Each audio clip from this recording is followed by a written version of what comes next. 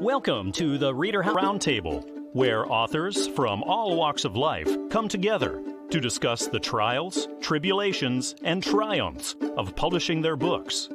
I'm your host, Corey Graham. Join us here every Friday night at 8 p.m. or listen anytime via podcast at Spotify, Apple Podcasts, Stitcher, TuneIn, and PodServe, to name just a few.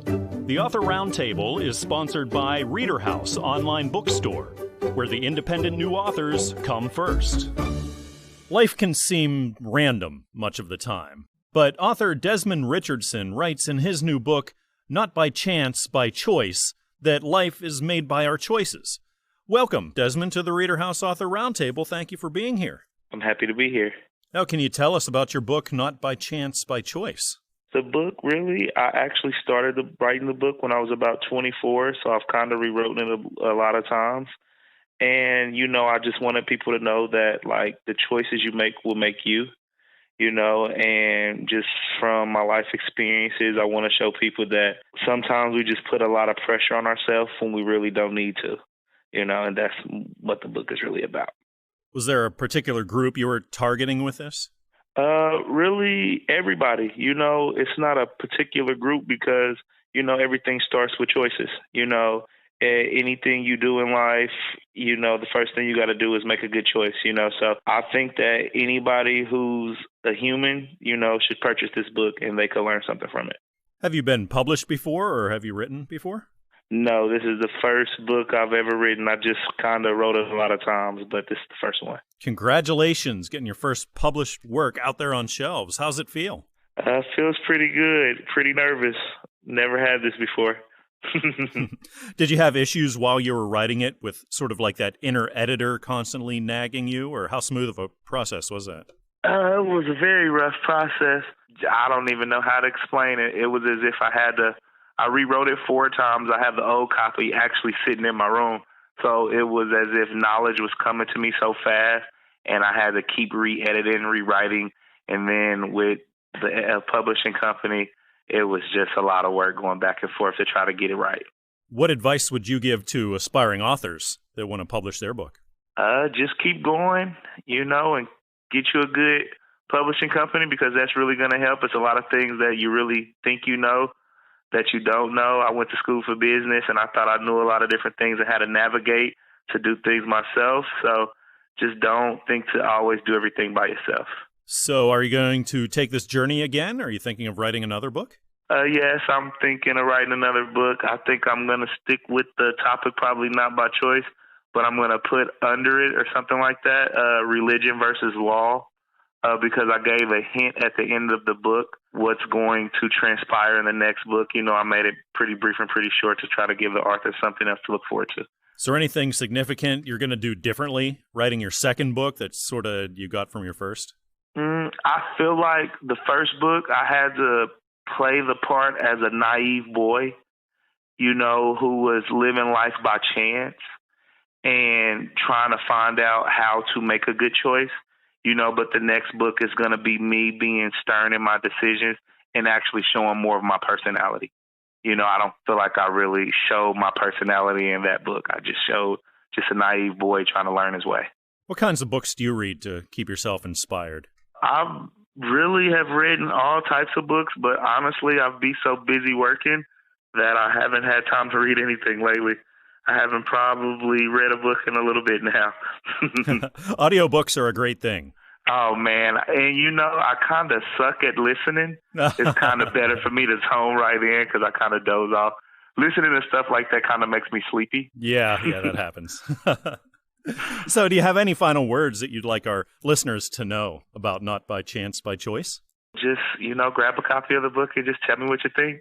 It's called Not by Chance, by Choice, by Desmond Richardson. This is published by Fulton Books, and you can find it at Amazon, Barnes & Noble, iTunes, Google Play, and everywhere else you pick up your reading material. Well, Desmond, got to thank you for coming on the show tonight. It was great chatting with you. Thank you.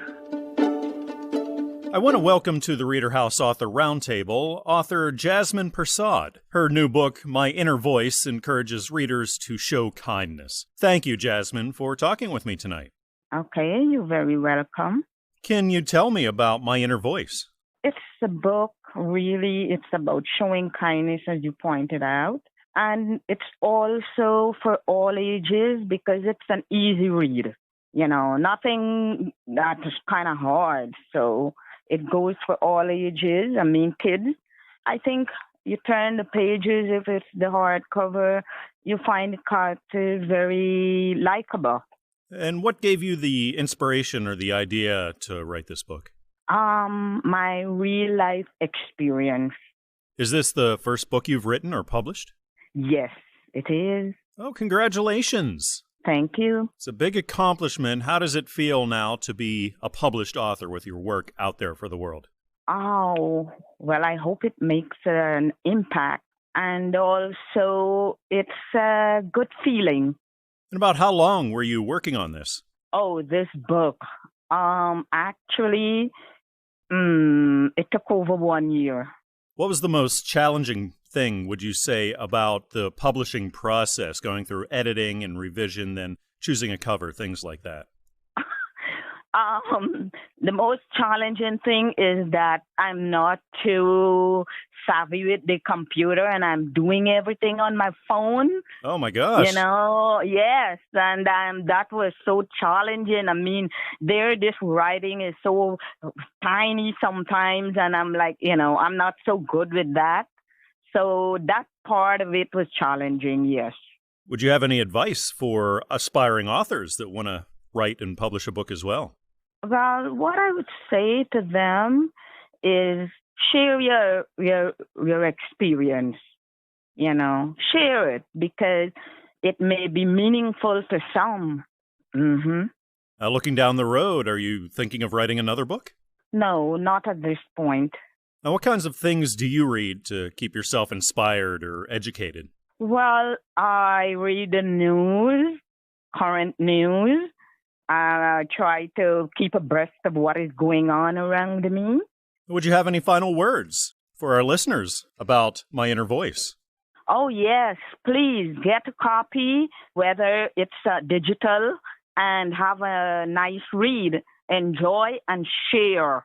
Share the meaning and the message. This is published by Christian Faith Publishing. It's called My Inner Voice by Jazmyn Persaud. And you can find it on Amazon, Barnes & Noble, iTunes, and elsewhere. Jazmyn, thank you for your time. Thanks for coming on the show. It was a pleasure speaking with you. Same here. Author William K. Bond is with me now here at the ReaderHouse Author Roundtable.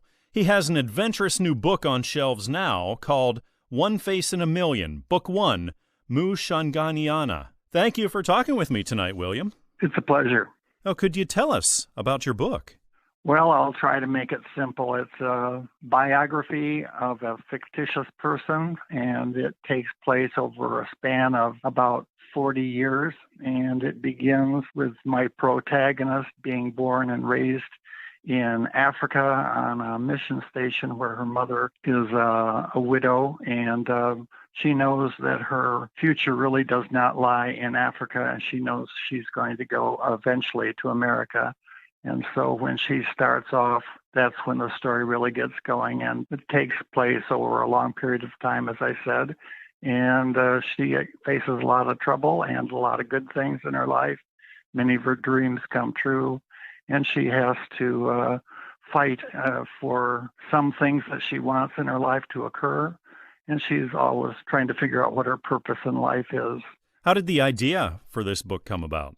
I visited Africa in 1967, and my wife had been raised over there by missionary parents, and so that gave me an idea for what I could do with the book someday. The book, of course, is not at all about her, but the setting and the idea for a book became known to me when I visited that area in those years, and it was 20 or 30 years after that I actually began to write the book. Now, I understand this is going to be a series. Do you know how many books are going to go into it? There are 5 books. The books are written, and the first book is the one which has presently been published. I hope that the rest can be published as well. Is this the first time you've been published? Yes, it is. I haven't any other books that have been published. I did write a family history thing, but I decided that probably it didn't have much mass appeal. So my children and grandchildren may read it someday, but this is the only one. And because I am where I am in my stage of life, I don't think there'll be any more books that I will write. But this is a mini-series, as you might say, and there's 5 books that have been completed. It sounds like you're proud of the legacy you're leaving. How's it feel for you to have a published work out there on shelves for people to buy? I'm really very excited and proud. It's been kind of a lifelong goal to do something like this, and I worked at it from time to time, and oftentimes I didn't think it would get finished because I couldn't work at it full time for quite a while. I was working this after school or during free time. I was a school teacher at the time, and I didn't have a lot of extra time to do it, but I finally got it done after about 35 years of working at it. What advice would you give to aspiring authors that want to write a book as well? Well, if you have an idea, I think you'd want to get started with it and be open to making changes. I've had to, come back and make changes, delete things sometimes, but just kind of keep at it. And I thought my story was unique, and so therefore I continued with it because I'm not aware of any other story that's at all like this. And the setting in Africa and the things that she goes through, and there's a lot of traveling in the book. Her career eventually takes her to many places, and of course with family vacations. And my wife and I had actually been to about 80 countries or so. And so I was able to describe those areas in the book with quite a lot of accurate detail because I had that opportunity for travel with my wife. Well, I encourage readers to check this out. It's called One Face in a Million, Book 1, Mu Shanganiana, by William K. Bond, published by Fulton Books. You can find it on Amazon, Barnes & Noble, iTunes, Google Play, and wherever else you get your reading material. William, thank you for your time tonight. It was a pleasure chatting with you. Thank you very much for the call, and I hope that any read it will enjoy it. There's always hope for fulfilling your life's purpose, and Najiyyah Mahdi's new book, Get There, provides encouragement. I'd like to welcome Najiyyah to the show right now. Najiyyah, thank you for chatting with me tonight. Thank you, Corey. It's a pleasure to be here. So congratulations on the new book getting published, Get There. Can you tell us about it?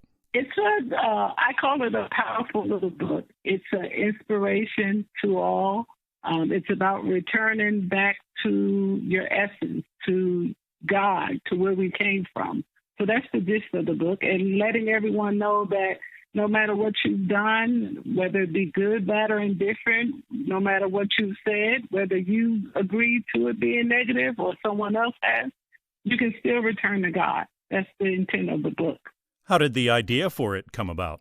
I ended up starting with a free writers workshop. And in doing that workshop, every night that I finished the workshop, I kept saying, God, what is it you want me to write? What is it you want me to write? And all I heard was, everyone has to return to me. And I just went from there. Every night that I wrote, it just seems like I was just getting more and more information on we all get to return to God. We all get to return back where we came from. Is this the first book you've had published? Yes, it is. It's my first book. Well, congratulations again. That's a huge accomplishment. How does that feel? It's amazing. I think for the last year or two, I just had a desire to write, but I didn't know what to write. And so to finally write and to get it published and to know that I was used as a vehicle to put those words on paper, I'm speechless. I'm absolutely speechless. I think it's important what you brought up about how this book came about. It's that you knew you wanted to write, but you didn't necessarily know what to write about. And you didn't discover that until you just started writing and started discovering things that way. Absolutely. And I think it was key for me because over the last couple of years, it started with writing like a journal, and I called it Love Letters to God. And I mean, literally, it was just a desire to write. But I just didn't know what it looked like, what the format, what the content, and I was clueless. But like you said, I just opened myself to be used to just write. And when I finally started writing, I was like, oh, is this what I'm writing about? So have you discovered more? Are you going to write more books, do you think? Yeah, it's in me to write more. It's definitely in me to write more because I think I've kind of mentioned it, and maybe you can hear it. It's like the spirit in me, the God in me, and not to sound crazy or anything, but it's like that higher self in me just has so much to say. And in it, not only do I feel like I'm saying it for others, I'm saying it for myself, like I'm getting that clarity myself. So it's just an awesome space to be in, to be able to write, knowing that that's the type of energy and that's the intention and that's what's moving inside me. If an aspiring author came to you and asked for advice, what would you tell them? Right. Like, get out of your way, get out of your head, and just write. Because what you'll find and probably figure out once they start writing is, oh, I didn't know that was something that was on my mind or something I had to share or something that, whatever it is, right, whatever the outcome or the intended, it's almost like you don't know it's there until you start writing. And I think we do ourselves a disservice when we keep that stuff bottled inside of us. So I say right. It's right. And see where it leads us. And thank you for using your creativity and putting it out there to help other people. This is Get There by Najiyyah Mahdi, published by Fulton Books. You can find this on Amazon, Barnes & Noble, iTunes, Google Play, and elsewhere. Well, Najiyyah, it was a pleasure speaking with you. Thank you so much for joining us tonight. Thank you so much, Corey, for having me. You have a good evening. An LA Cop, From the Jungles of Vietnam to the Streets of Hollywood, is the new book by John Bauermaster that takes readers on an amazing ride. John is here chatting with me right now at the ReaderHouse Author Roundtable. John, welcome. Thank you for joining me tonight. Thanks for being here. This sounds like an amazing ride. This book is based on your experiences, correct? Yes, it is. Wow. Can you tell us about it? Basically, it's over the period of 68, 69, when I was with the 25th Infantry Division Wolfhounds in Vietnam through my first 10 years on the LAPD. It's basically the experiences that I went through and things that we did. And what gave you the idea or the motivation to write this? Well, over the years, people have asked me multiple times what it was like to be in Vietnam and what it was like to be a street on L.A. And I'd give them stories, and they seemed completely amazed at what I was telling them. So that prompted me to finally sit down and write the book. Is there an overarching message that you're sending to readers through this? Your experiences were diverse, they were intense, but what would you say was the overarching message you're sending out? Well, I'm trying to just, basically give the reader, like they were a ride-along or they were there at the time, the experience and know what goes through the minds of the cops and the soldiers in Vietnam and what they went through, so they can kind of get a first through the eyes of the soldiers and the cops to see what happened and what it was all about. Have you written before or had anything published before? No, this is the first book I've written. Well, congratulations on getting it published and getting it out there for people. What kind of a feeling does that give you? Well, I'm glad to be able to get the book out and let people read and see what the soldiers in Vietnam and what the cops in L.A. experience in their jobs, kind of to give them a firsthand experience like they were ride-alongs and see what was going on. About how long were you working on the book? From the beginning to the end, from first draft to the rewrites, it took about 2 years to write it. What was the most challenging thing along the way? Was it difficult to write? Was the publishing process stressful? No, I just, on the department, had a lot of field officer notebooks, so I had a lot of information to draw from. And I've been in contact with my partners and people in Vietnam over the years. We have reunions every year, so I've been in contact with them yearly. So I just drew from information that I knew and had and put the story together for the people to read. If an aspiring author came to you and asked for advice, what would you tell them? I'd tell them to write the book, and then when they think it's finished, rewrite it and rewrite it again and do it again until they get it right. Because nothing in life that's worth anything is easy. It all takes work and perseverance. Just stay with it. Could you give our listeners just a taste for maybe one of the experiences that you had that you relate in the book that particularly sticks out? The main experience would be when I was in Vietnam during the fire-based diamond ground attack. We built in the course of February through April of 1969 3 fire bases, Diamond 1, 2, and 3, along the Cambodian border. Diamond 3 happened on April 15th, 1969. The Alpha and Delta companies manned the fire-based Diamond 3. And about 1 o'clock in the morning, we were attacked by 2 battalion of NVA soldiers, which is about 2,000 men.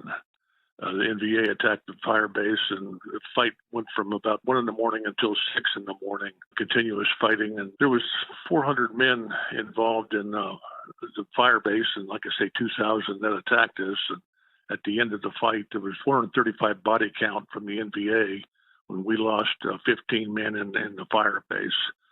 It was intense, and the soldiers, the guys talk about that fight still 50 years after the fact. So that was probably the most intense part of the book as far as I'm concerned. This is An LA Cop, From the Jungles of Vietnam to the Streets of Hollywood by John Bauermaster, published by Fulton Books. You can find this on Amazon, Barnes & Noble, iTunes, Google Play. Well, John, first of all, I just want to thank you for your service, both as a soldier and as an officer. You have my gratitude, and I'm sure so many of our listeners' gratitude for that. And thank you for joining me tonight on the show. Thanks for talking to me. Author Terry A. Maurer tells the true story of farm life in decades past in his new book, Dirt Farmer's Son, A True Story, 1942 to 2020. Terry is joining me now right here at the ReaderHouse Author Roundtable. Terry, thank you for joining me tonight. You're welcome. Happy to do it. Can you tell us about Dirt Farmer's Son? Well, I would say that Dirt Farmer's Son started in 1942, or the book started in 1942 in Grayling, Michigan. I tell stories going forward to 2020, where I now live in St. Helena, California. In the course of the book, I have chapters on my time in military school, Hall of the Divine Child in Monroe, Michigan, a seminary in Holy Trinity, Alabama. And then before I started my own businesses, my time at Climax Molybdenum Research Company, Federal Mogul, and then Lubrizol Corporation, one of Warren Buffett's acquisitions now. And then I started my own company called Mower Shoemaker, and I had that for nearly 20 years and sold it to Molson Beer. And then I started a bottled water business called Avita. And interwoven with all that, those chapters, there are 14 chapters to the books. I tell about the current events going on during that time and opinions on my political views. Well, sounds like you have a lot to tell. About how long were you working on this? Well, I started it in 2010, so the book, it took me 10 years to complete it. And then when I got in touch with Fulton Books, I refined it and put it into the shape that it is now, Dirt Farmer's Son. So what gave you the idea or the motivation to take all these experiences and stories you have from over the decades and then write them and publish them for the world? After I sold my chemical business and then in 2008 kind of put a damper on my bottled water business, my daughter Lori Shelton said that maybe I would feel better about all of these things if I wrote about them. And so I did start to write in 2010. I think I really had the book finished in 2016. But then when I came in touch with Fulton Books, I added another chapter called Napa Valley, which is where I live now.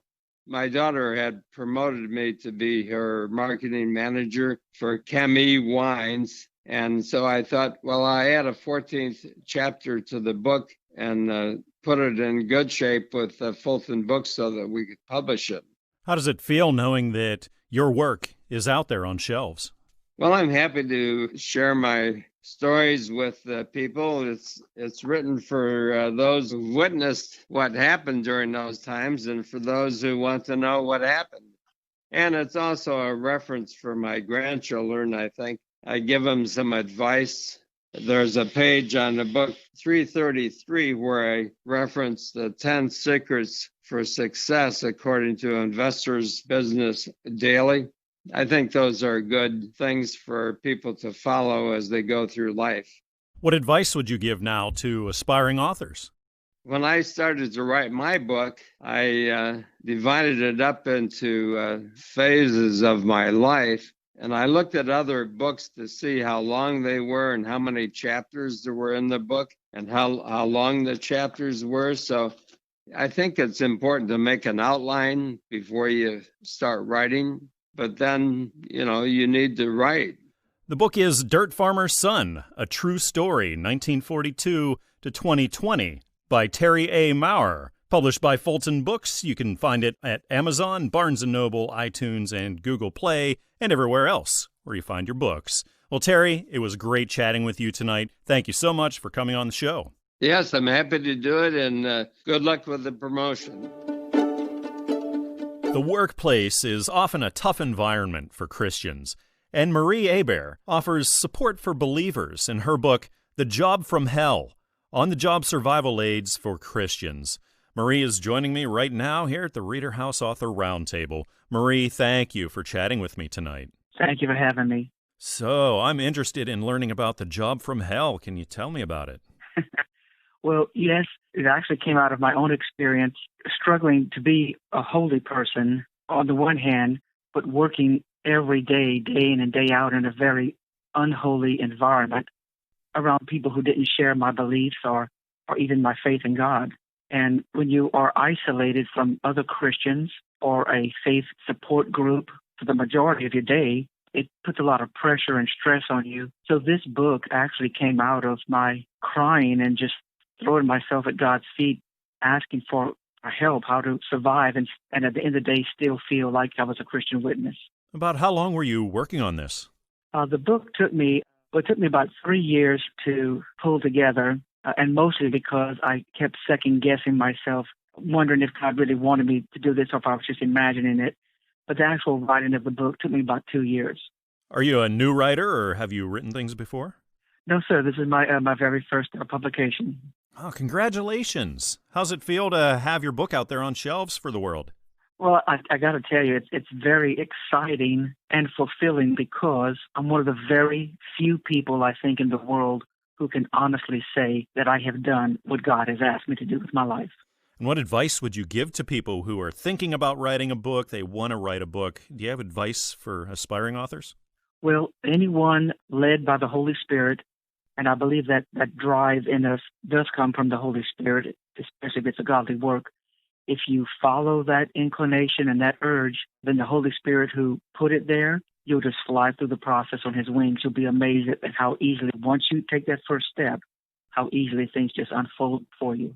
I can tell you have a lot of wisdom. Looking down the road, are you thinking about working on more books? Yes, there's actually a book right now that I'm working on. This one deals more directly with spiritual warfare, but I'm still, like I said, in the process of putting that one together. What kinds of people do you think would get the most out of The Job from Hell? Well, the book was actually written for the average Christian who goes to work 8-9 hours a day and is isolated from a supportive community. On the workplace, that's rarely where you find people who share your goal of holiness. When you don't have that support group, when you can't take time out to pray with someone or maybe discern on the spur of the moment how to react to a situation, The Job from Hell gives people a focus, a daily focus. The book is broken up into daily thoughts or projects to work on mentally. And so it gives the person out there in the workplace something to aim for, to stay focused on, rather than getting the caustic surroundings get to you. Well, if you're a believer and you need encouragement and resources and support, then this sounds like a great book for you. It's The Job from Hell, On-the-Job Survival Aids for Christians by Marie Hebert, published by Christian Faith Publishing. You can find this on Amazon, Barnes & Noble, iTunes, and everywhere else you get your reading material. Marie, it was a pleasure speaking with you tonight. Thank you so much for joining me. Thank you for having me, Corey. Author Mike Paps Nicholson looks at life as a baseball field in his new book, Making Life a Home Run. Mike is right here with me now at the ReaderHouse Author Roundtable. Mike, thank you for joining me tonight. You're quite welcome.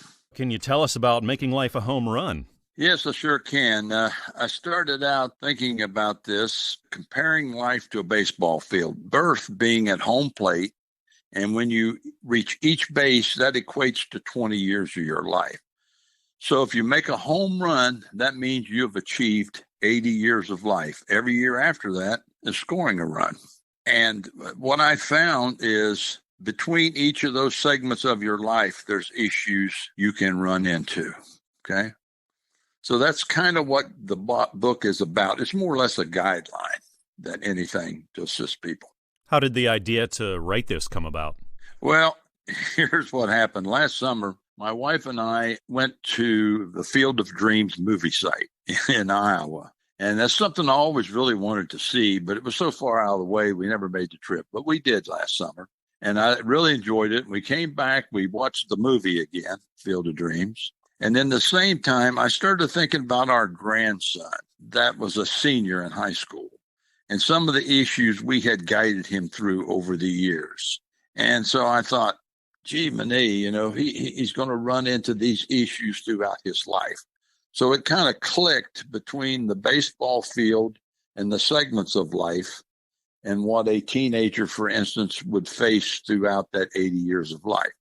So what I did is I drew a sketch of a baseball field, and I put those issues in between each base. I call them clouds that you're going to face. It may be bullying. It may be unprotected sex.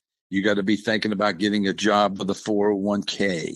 And then you're going to get into things like financial stress in between first base and second base, marital stress, and so forth around. So I took that diagram and I framed it and I wrapped it up and give it to him for a Christmas present.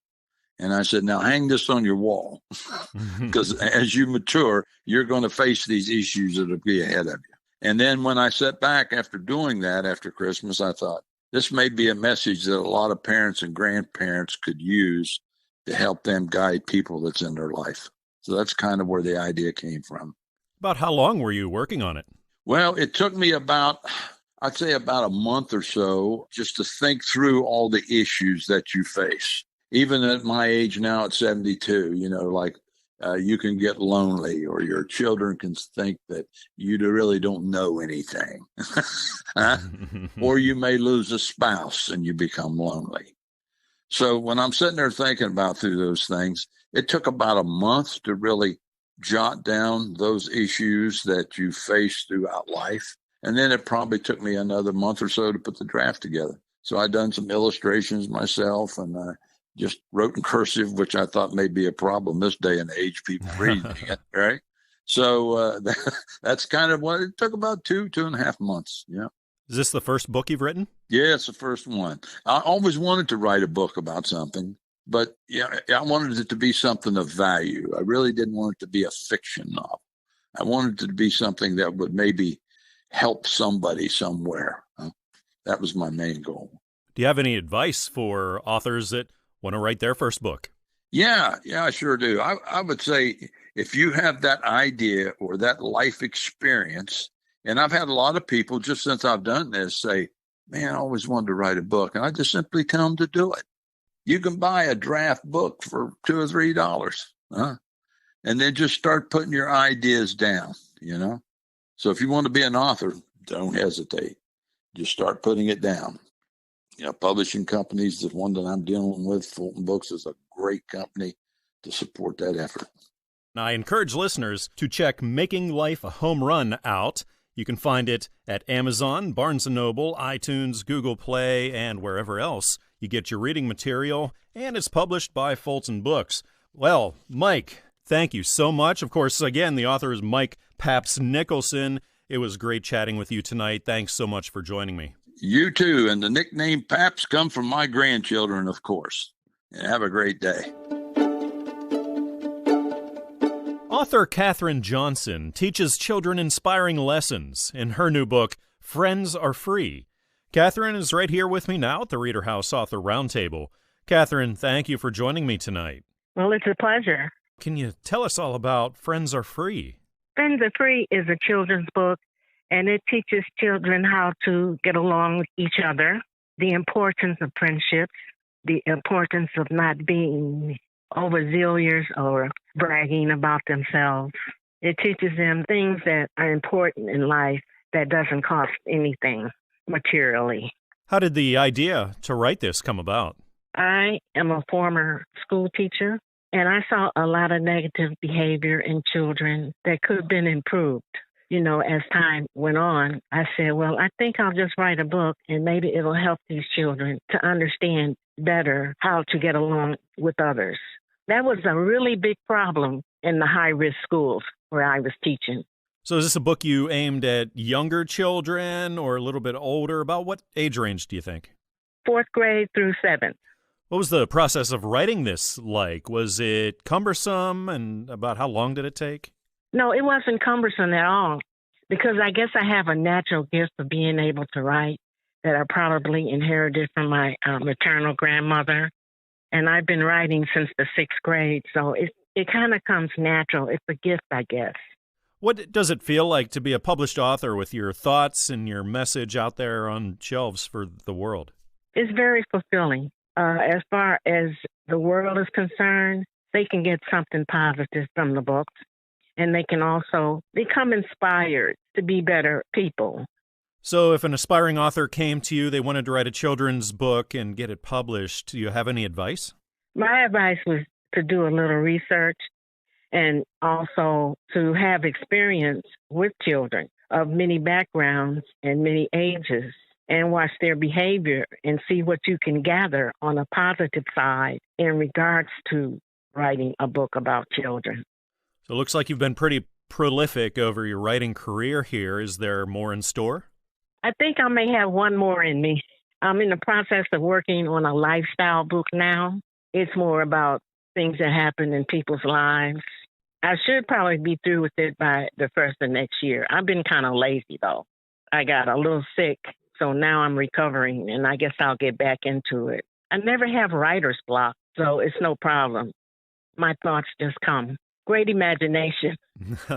Writing this book and publishing the book, how is that different than the others you've published? This one involves illustrations. It's targeted at children. That's the difference. The illustrations are probably the hardest thing to acquire because they have to be very vivid so it can, hold the imagination and the reading ability of a child to keep going through the book, to finish it to the end. I would say that's probably the hardest thing.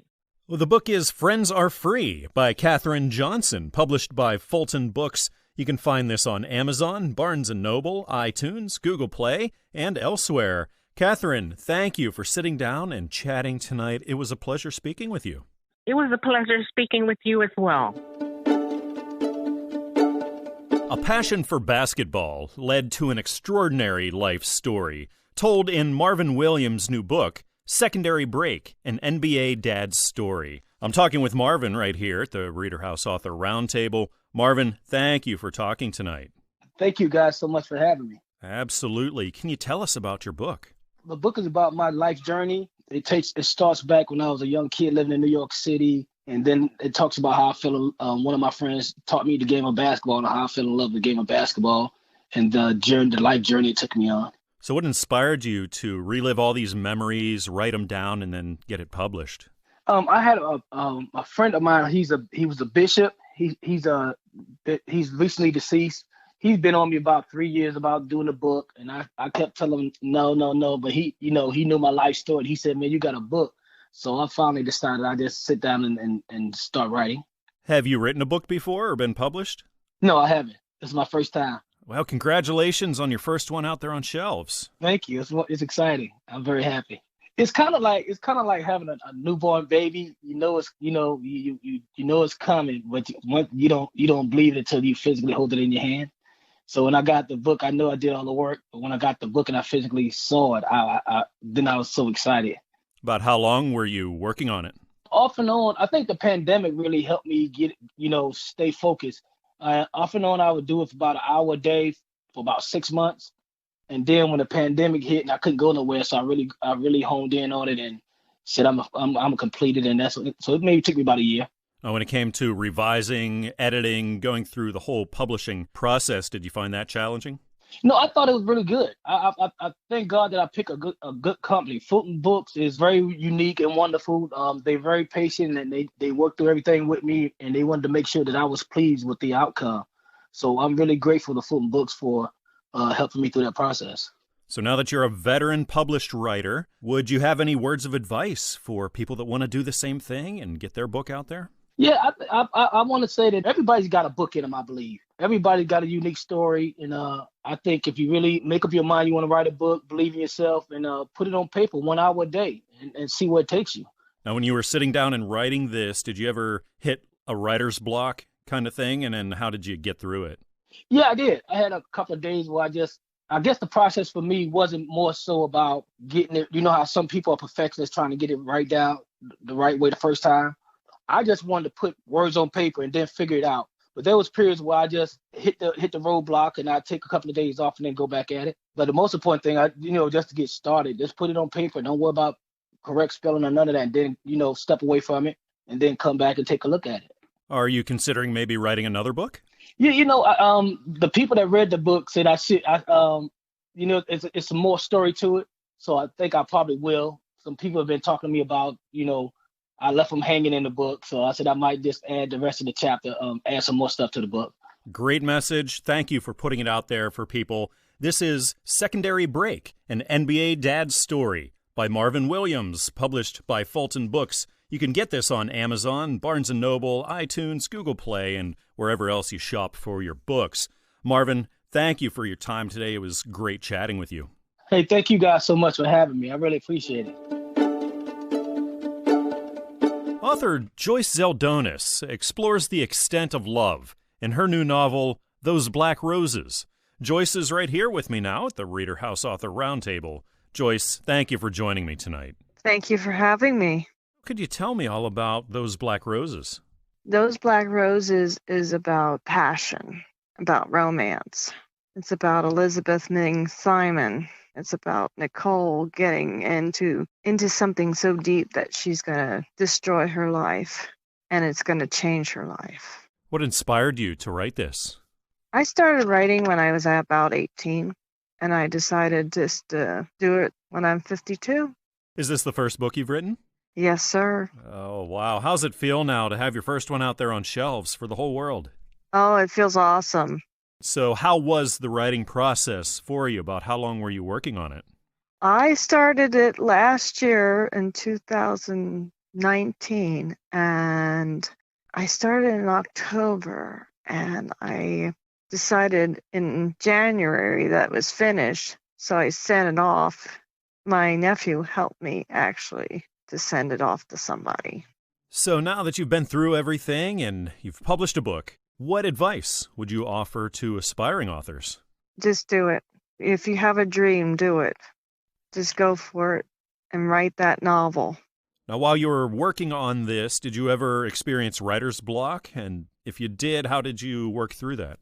Oh, yes. Chapter 6, I had to calm myself and listen to some music, and then it all came to me.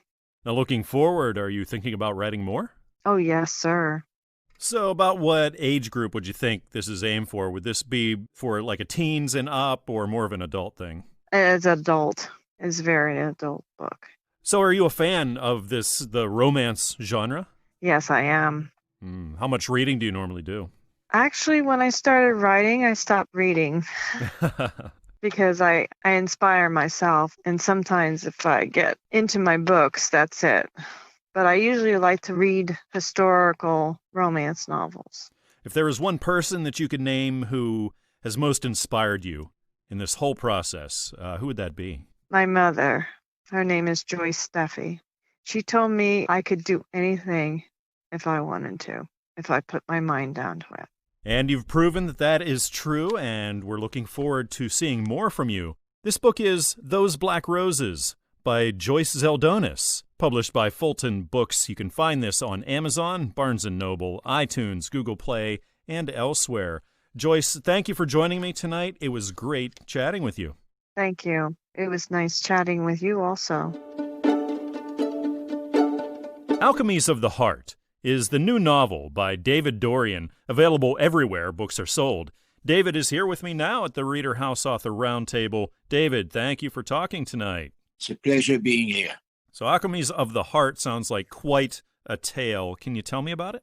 Well, it's interesting because alchemy was a pseudoscience developed in the Middle Ages, which involved the transformation of base material into gold. It became a great allegory and metaphor for the transformation of the soul. Carl Jung was obsessed with the idea of alchemy. So what alchemy means really are the transformations of the spirit. And love is a substance that is the philosophical stone which was used by the alchemist. So the title is Alchemies, not alchemy, which means basically the transformations of the soul through love. Love is the element that achieves that kind of metamorphosis.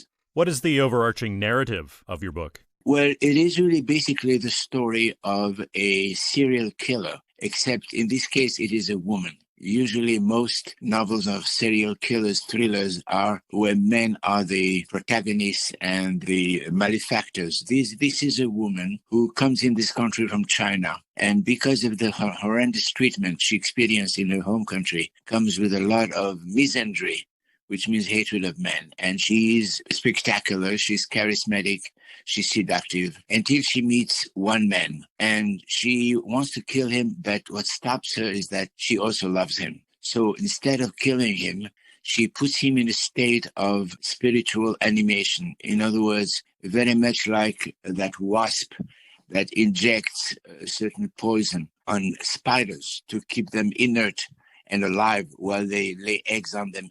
She sedates him with a very powerful herb, a plant called datura, and she keeps him in that state between life and death until she decides what to do with him.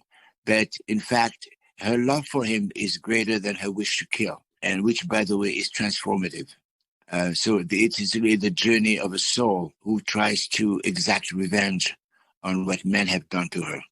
Have you been published before this? Well, I have written all my life, but this is my first attempt to deliver my embryos, in other words, to the world. This one I felt has reached that level of completion where it could be released into the world. So it is really my first, yes. Congratulations. Thank you very much. That's a great metaphor for the writer being the parent and the books, your children. I love that. And I also like the perspective of the woman serial killer. Was that a conscious effort to do something a little bit outside of the norm, or was there a specific inspiration for that? It was inspired by, there's a very large poetry in Europe. You probably do remember there's a poem by Keats called La Belle Dame sans Merci. There was in the 19th century among the European romantics this myth of the mermaid that kills the siren, the Melusine, who, by the way, happens to be the logo of Starbucks, which is a very strange thing because Melusine. Wow! Can you imagine the logo of Starbucks is a two-tailed mermaid? You can see it in that logo. Her name was Melusine. She's a very important part of the legend of Europe, and she devoured men. So I find it very interesting that the brand of coffee is flaunting that, but nobody knows about this.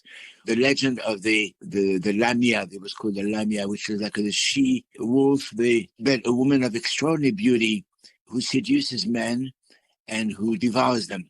It's a myth that is very powerful, and I wanted to reenact it and re-emerge it through a novel.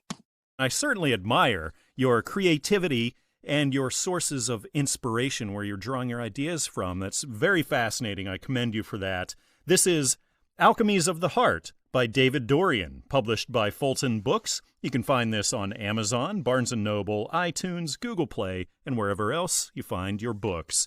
David, it was great chatting with you tonight. Thank you so much for being here. I'm very grateful for having me. We hope you enjoyed this edition of the ReaderHouse Author Roundtable, where authors from all walks of life come together to discuss the trials, tribulations, and triumphs of publishing their books. We hope to see you back here every Friday night at 8 p.m. or listen anytime via podcast at Spotify, Apple Podcasts, Stitcher, TuneIn, and PodServe, to name just a few. The Author Roundtable is sponsored by ReaderHouse Online Bookstore, where independent new authors